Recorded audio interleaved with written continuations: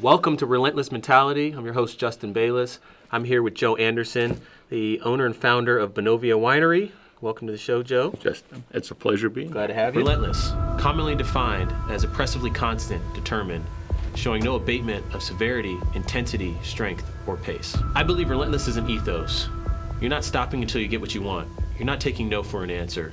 No obstacle will deter you from your goals.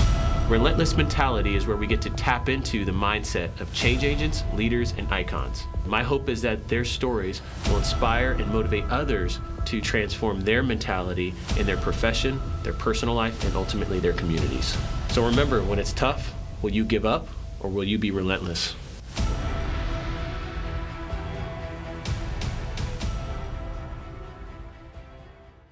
So, Louis Pasteur, the French biologist, said a bottle of wine contains more philosophy than all of the books in the world. And I think today we are lucky to have an unbelievable entrepreneur who's going to share some of his unbelievable insight on how he's transitioned from a humble beginning to now being a wine guru who's on the cover of Wine Enthusiast this month and also featured in Robert Parker's Wine Advocate for his Three Sisters Chardonnay getting 95 plus points, which is absolutely huge. And we were talking earlier about the journey from 2003 until now. And so you're a big inspiration for me. I don't know if you know this, but one of your former associates is one of my mentors, Dr. Arthur Pelberg. Right. And I've heard so many things about you over the years. And so how you've transitioned from public service to being an entrepreneur in healthcare to now being an entrepreneur in the wine industry is just unbelievable. And if I could aspire to do something myself, it would be something along the same lines of you. Well, great. So can you just tell us a little bit, Joe, about, where you're from? And I know your family are Arizona natives, but can you give us kind of a background of your history? I'll give you a little. I was born in Prescott, Arizona. Mm-hmm. I was a second generation Arizona. My mom was born in northern Arizona, my dad in Douglas, Arizona. My mom went to college, which is kind of interesting, in the 30s for a woman, and she graduated, was a school teacher. And my dad, ended up growing up in Clarkdale, Arizona, where his dad was a tool and die maker for Phelps Dodge, and my dad, after high school, became a machinist there. And they met and got married. But my dad was laid off, during the Depression, and went to the WPA and Conservation Corps, and enlisted in '38 in the Military Corps, which was part of the thing. And he was just about ready to finish his active duty stint, and World War II happened. Yeah. And so it changed. But when you, as a child, and you listen to their stories mm-hmm. about the adversity that they had to go through, and the tenacity of going through the Depression. My dad, through terrible experiences in war, and they're still going. Yeah. And you sit down and you say, we may have some problems, yeah. but that tenacity, I learned it. Basically my mom and dad's need, just going, okay. Yeah. My dad was a state employee. My mom had been a school teacher, and she retired to help us grow up some, and then she went back to school as a school teacher in the third grade in Prescott. And we always worked. Mm-hmm. Whether it's picking up Coke bottles and taking them to Safeway for 3 cents, and that's how you went to the movies. Yeah. Or it was just an ethic that was in our family. So you told me earlier before the show started, you went to high school in Phoenix and worked your way even to pay for your tuition through high school in Phoenix. Correct. And then you went to Arizona State. Right. Okay. And so take us through how you started your career we moved to Phoenix, and I was blessed to be able to go to Brophy. I ended up paying my own tuition there. Mm-hmm. Went to work for, he wasn't a dear friend at that time, but I went to work for Eddie Basha, mm-hmm. Number 3 on 7th Avenue in Osborne as a cleanup boy in the meat department. I thought I was going to be a bag boy to help pay my tuition. And so I got in the meat business and ended up transitioning out of Bash's became a meat cutter at Foodorama, and that's how I worked my way through college. Okay. I went to PC, Phoenix College. I'm a proud bear, AA degree. And then I went to Arizona State University and graduated there with a degree in sociology. Wow. And coterminous with that, I started working for the state of Arizona in 1970 for the Employment Security Commission. This is pre-DES, as an unemployment insurance claims deputy. Wow. And working part-time and going to school. I ultimately got hired permanently and had my degree, and I was promoted to supervisor. Then, it was just an amazing career. And I ended up, because of the DES structure, I ended up really being the chief administrative officer for unemployment insurance in about 6 years from the day I was hired. Wow. So at a young age, you had a lot of responsibility. I was like 26 or 27. Yeah. DES had been formed. It didn't go well. Kind of like the story of Access, didn't go well right at the first. And I was appointed into assistant director of business and finance. They were really messed up, and we got that squared away. And then Governor Babbitt asked me and a gentleman named Bill Jameson, who was the agency director, to go to the Department of Administration. And so I went over with Bill, and in that role, we oversaw all the holding company responsibilities of state government. We reorganized it into a holding company structure. It's been changed somewhat since then, but we had all of the strings of government: accounting, finance, purchasing, personnel, risk management, had the governor's budget office. And so we reorganized those as holding company support for the rest of the state government. And part of that was we found the Access program, which was buried deep inside of the health department, was totally messed up and running out of money. And so Governor Babbitt pulled it out of DHS, and we put it under receivership under Department of Administration. And we had a steering committee, which I was on.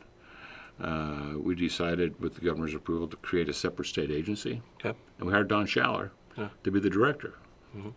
And then 2 months later, Governor Babbitt came and he says, "Joe, I want you to go be Don's deputy." Wow. And after spending 12 years in entitlement programs, I at first was not real excited about it. But I met Don, and I got inspired. And so I went to work for Don Schaller. And then we had to do the turnaround, which was really very energizing. It was, we had nefarious people running some of the health plans with connections to the underworld. And it was putting things in bankruptcy, taking them out of bankruptcy, and it was just, and we got that set and turned around, and it really became a model for the rest of the country. Wow. And it was Don Schaller's vision and a lot of people's hard work. We created a foundation of which it was then grown after that. To show you a little bit of what happened when we saw that Access was screwed up, it was being run by McDonnell Douglas Healthcare at the time as an outside contract. Okay. And this is in February of 1984, not that I remember. They sent us a 30-day termination letter. Wow. Said, if you don't pay us this much more money, we're walking away from the contract. And I and a guy named Sam Thurman walked into Bruce Babbitt's office and said, "We'll handle this." And so with the magnitude of that decision is pretty huge at that time period, right? Today, I don't know if I'd quite do it. Yeah. But, I mean, Bruce Babbitt looked at us and said, "Okay."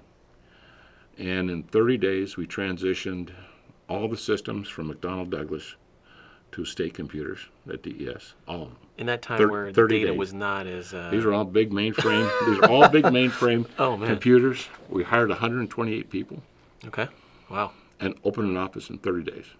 So I can't help to notice, so you had, Joe, this ability to learn how to create holding companies, restructure. This has obviously helped you in your subsequent careers, learning all of that at your time within the state government. Right. I mean, with a BS in sociology. Yeah. Wow.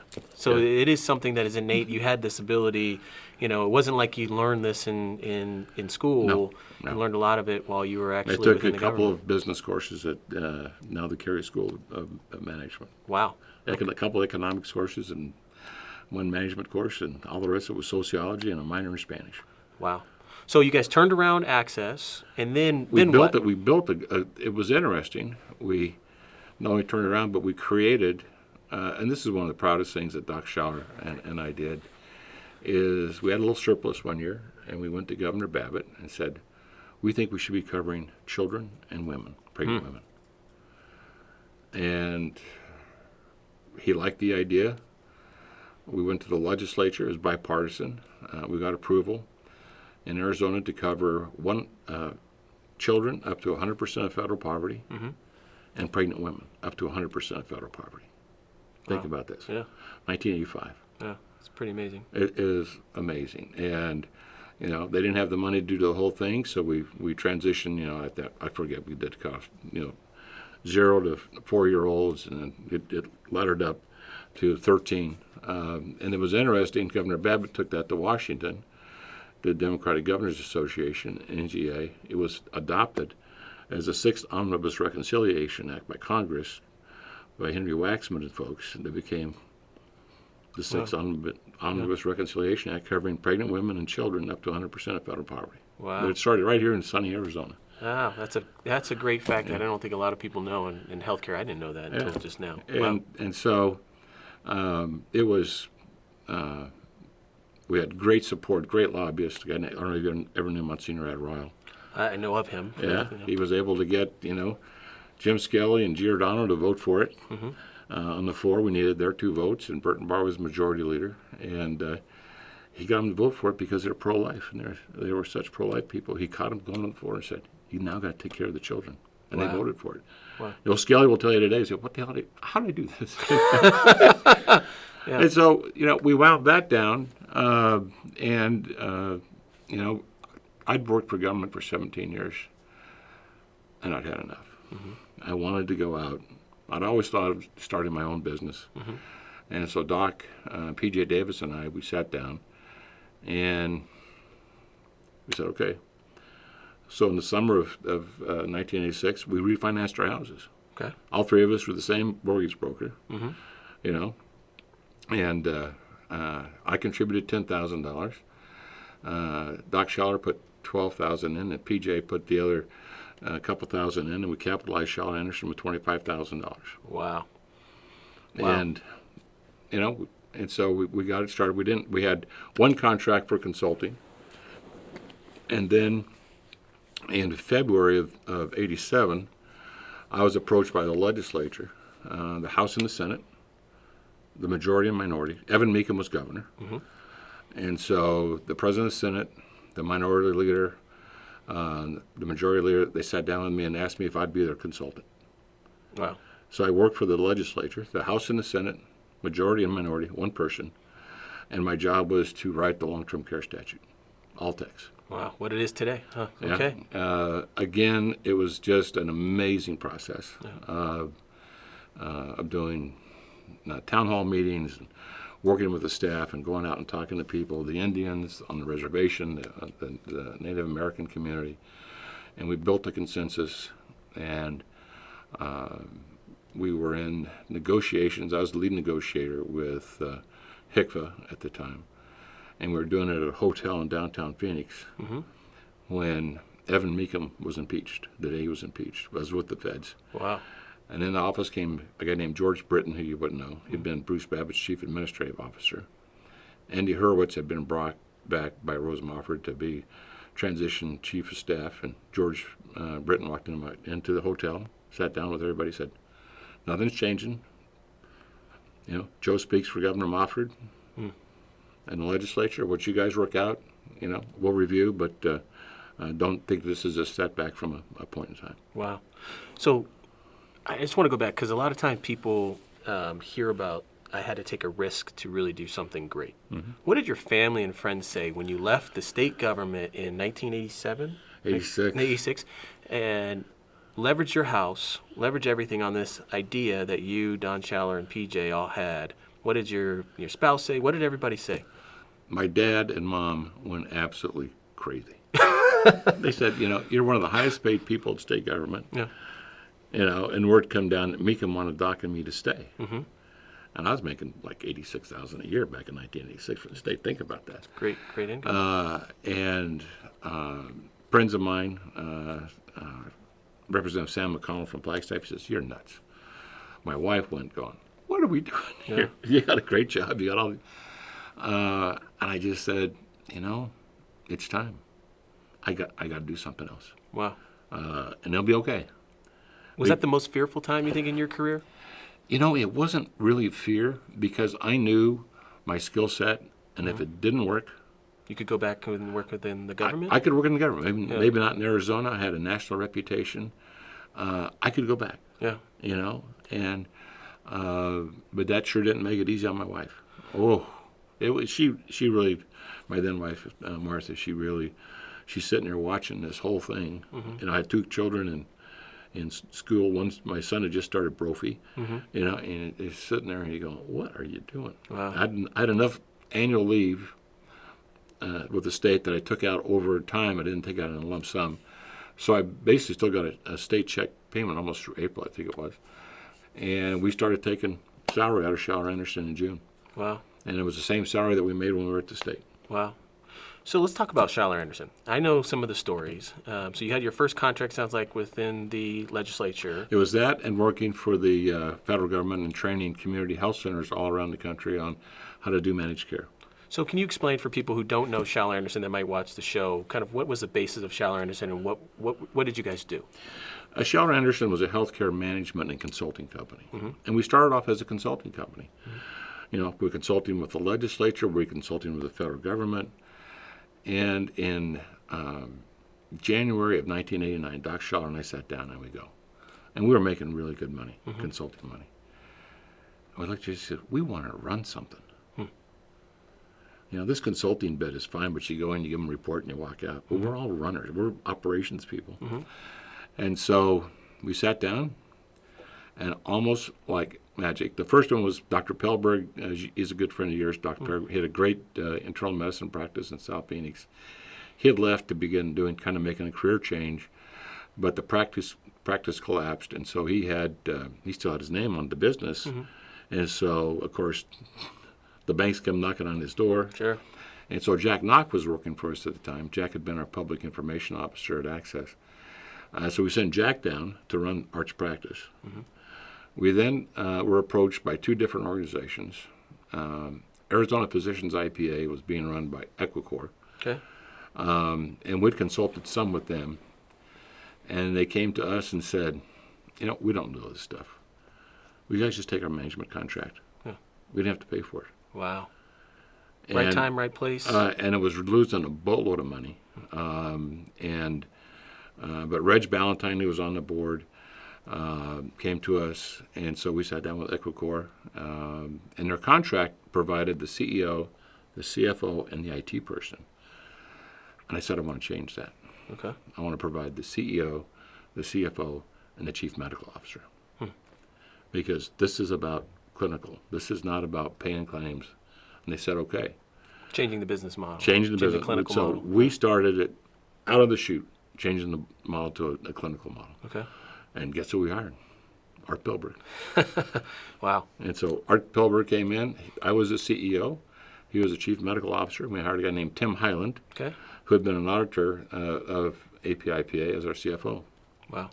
And that was the first managed care? That was the first big managed care company. It had a lot of lives, and the hospitals were underwriting it. And we went at it and got that thing turned around. So fast forward to 2006, 2007, you went from consulting with the legislature, APIPA as your first managed care contract. By the time you got to 2006, how big was Schaller Anderson and what was the scope? We were operational in 8 states and 1,800 employees, managing billions of dollars of healthcare across the country. Wow. Wow. So you got to be careful what you ask for. Yeah. It's so we got called, and the Pima County asked us to take over running Keno Hospital. And so in 3 months, we took over APIPA, Arts Practice, and Keno Community Hospital in Tucson. Wow. I had to figure it out quick. On the run. And so the makeup of the Board of Supervisors changed in 93. Okay. And Ed Moore, who was kind of a real, I think, loose cannon, he became chairman and terminated our contract. Wow. We had turned the hospital around for the first time. It had made money.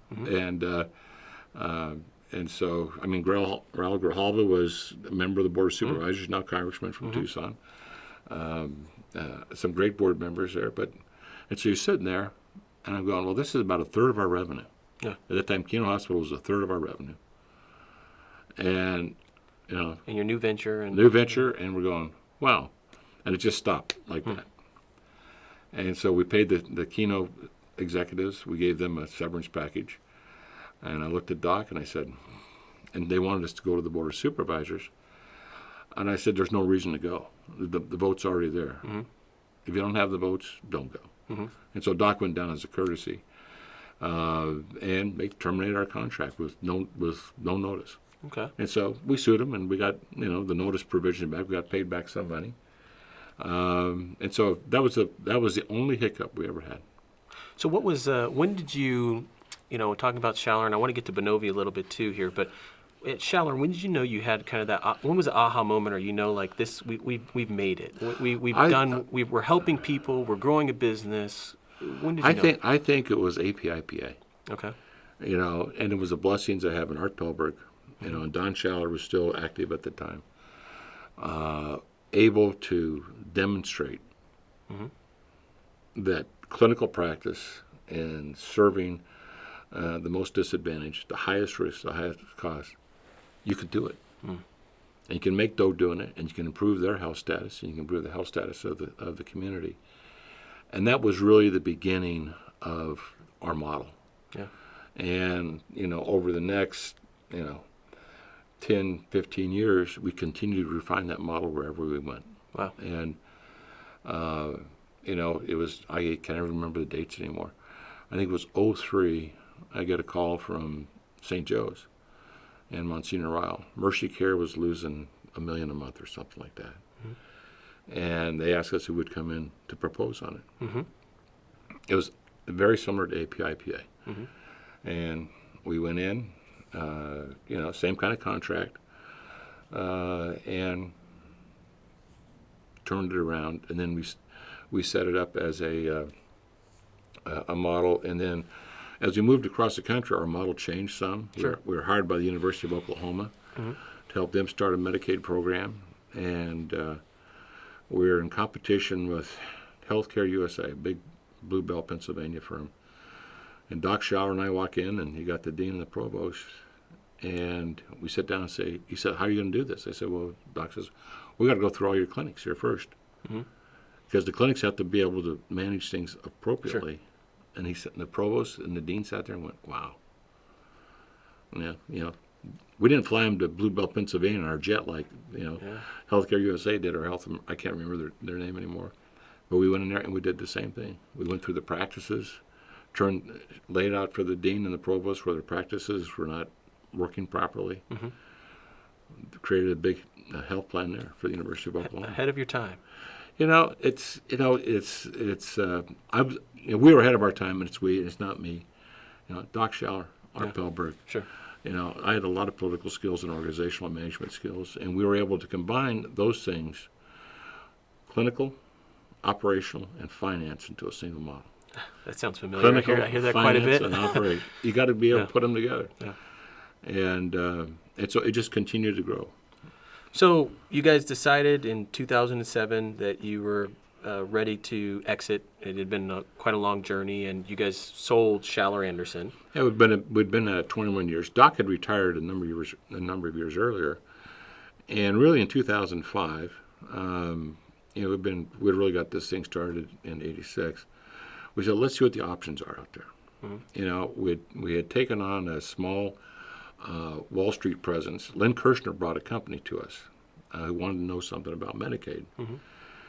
And so a company called General Atlantic Partners from New York, who I knew nothing about, came and met with us. And they thought the Medicaid business was really hot. And so they sat down with us, and they worked with my CFO. And my CFO came back with kind of their offer. And we didn't need their money. That's a good place to be. And so they came out and met with us, and I changed the numbers, and I told them, I said, since I don't need your money, you're going to be riding this the same way we're riding it. You get no fees. I vote your proxy. Okay? I vote your proxy. Okay. I make the decisions. Wow. You have input. I vote you proxy. Okay. And they said, okay. Wow. Wow. And, they put some money in. All of us were able to take little chips off the table in 2002. And we just kept going. And a great board. I mean, these guys were, come to find out, they were a $5 billion fund, but they had 5 investors. Wow. To invest in their fund, you had to give them $1 billion. And so they brought me a guy named Dan Crippen, who had been Ronald Reagan's domestic advisor and the executive director of the Congressional Budget Office. Danny came on my board, and it was amazing that we knew everybody. We all had the same, but we had never met each other. And so Dan came on the board and added such strategic and national presence. And that we just kept moving. Yeah. Moving. And we kept picking up plans, and our clinical model worked so well, I said, you know what? We don't need to process claims, but we can go and help states with our clinical model. And so we proposed to 2 states. We went in and I think they had EDS, they kept that running, and we did all the clinical management. We took over all the utilization management, and we did that in New Hampshire and Maine. And the results were amazing, saving the state an enormous amount of money, and the member satisfaction going way up. It's the same thing that happened when St. Joe's came to us, and they said, we're getting killed on our employee health insurance. Yeah. I said, okay, we'll take it over. We did the same thing, and they didn't have an increase in their cost for 3 years. We flattened it out. So, Joe, I want to make sure we have time to talk a little bit about Benovia, because Okay. I know that's your passion now, and you and I could talk about healthcare, and Shayna and the rest of the team here would be hearing us talk about healthcare all day. I can do, as you know, I can go all day, and so does Tom. He says, quiet down, Joe, right, Tom? No. So, let's talk a little bit about the transition. So you guys sell Schaller Anderson. You then are, my understanding is you're riding a bike with your wife. Now, let me tell you how it happened. So in 2002, I was in great shape before I screwed up my knee, and Mary and I were doing century bike rides. Okay. And we got invited by a friend to do the century bike ride out of Santa Rosa, Santa Rosa Century. And we were riding up West Side Road and looking around how beautiful the place was. I said, maybe one of these days we'll get a little place up here. And that's how it happened. Wow. I came back to Phoenix and told a friend, and he says, hey, I used to help Burt Williams at Williams Selyem at Crush during the summertime. They're working Crush. This summer, I'll call you and you come up. But it was his daughter, because Burt had already sold out Williams Selyem. So he went to work Crush. I was a cab guy, I was a Joe Phelps guy. Yeah. Big cabs. Big cabs, birthday. And so we helped out, stayed at the Hillsburg Hotel and helped Margie. And her dad came as crush pet. Now, I didn't know Burt Williams from Moses. I wasn't a Pinot guy. I didn't know anything about Pinot. And here's Burt Williams. I look back and go, oh, my God, I did what? And so he said, Joe, there's a great property that's available. If you and Mary down the road want to look at it, it's been on the market. And I looked at this guy. I said, well, is the wine any good? What? Yeah. Today I look back, and Burt gave me a kind of look like that, and the next day he brought a 1993 Cohn Vineyard bottle of wine, and that changed my life. That one bottle of wine was so amazing. And he said, I'm going to tell you something, Joe. He said, you will not find another Pinot Noir like this in the Russian River, because at the site, it was planted in 1970. And I just loved it. A couple weeks later, we looked at the property and bought it. Timing, remember 2002? Yeah. I took a few of my chips off the table with the investment, had a little cash sitting there, and so we bought that place. And then 2 years later, my real estate guy said, "Hey, there's a winery available. Cecil Deloche is having real serious financial difficulties and has this winery with 15 acres of Pinot. You might be able to pick it up at a great price." So Went down there and looked at that, met Cecil, had a handshake, you know. And all of a sudden, I get back in the car, and Mary and I are driving up to our house. I go, what have we just done? Yeah. We now have 30 acres of fruit. We have a winery. And I'm running a healthcare company, and you're running Cal Optima in Southern California, $1 billion health plan for the poor. And so, you know, I had to go find a winemaker. And, you know, I had a lawyer who had been the chief financial officer the chief legal officer at KJ and other people, and they brought 3 or 4 candidates to me. And now you're on the cover of Wine Enthusiast, Yeah. and you guys are making unbelievable wine. And they hired Mike Sullivan. Wow. And so the transition was big. Going from running big stuff to small stuff, but it's the same thing. Hire the best people, and yeah. So we have to wrap up. So, and I really appreciate you coming. I could talk to you all day about some of this stuff, but if you knew what you knew today, Joe, what would you do differently, or what advice would you give to others who are aspiring to have a level of success like you? Well, what I do, you know, on reflecting back, I'm a pretty focused person. Mm-hmm. I mean, I have the ability for concentration, and I'm sure Ars told you some of these crazy stories. I could have backed off that probably 30%. Made more time for myself and my family. Wow. And that would have been the one thing. Balance. Because, you know, I have a big engine. I was born with a big engine, and I can really do a lot of stuff. But that's what I do. Okay. And, you know, and don't. I have a funny saying. I said, well, it takes 3 things to be successful, and they have to have 2. Good looking, luck, and smart. Yeah. Okay? Well, I tell people I was good looking and lucky. Yeah. But really, time and place has so much to do with this. Yeah. I mean, we were just in the right place at the right time. And, yeah, we worked hard, and we provided a great product. But there's a lot of hard workers out there. Okay. So last 3 lightning questions. Yes, sir. So who inspires you? FDR, Franklin Delano Roosevelt. Okay. What motivates you now? Continue to take care of others. Okay. The wine and our philanthropy, and that's a big part of what we do. So you've done a lot. What's next in your world? Simplification. Yeah. You know, I'm almost 69 years old, and Mary and I are going, what are we doing? Yeah. You know, and so we're going through a process of simplifying our life. Sure. You know, we got a great team at the winery. You know, we're doing some traveling. We just came back from the Bahamas and Cuba. We're going on a river cruise on the Danube. I got great people running the winery. I had a lot of great cars, and I'm going to get rid of those. I'm not driving them, so let's sell them and simplify our life and spend more time together with my grandchildren and kids. Awesome. Joe, inspiration. Really appreciate you coming on. Thanks. Thank you so much for your time. Okay, like you said, if we just think we're drinking wine, we'd go for another 3 hours.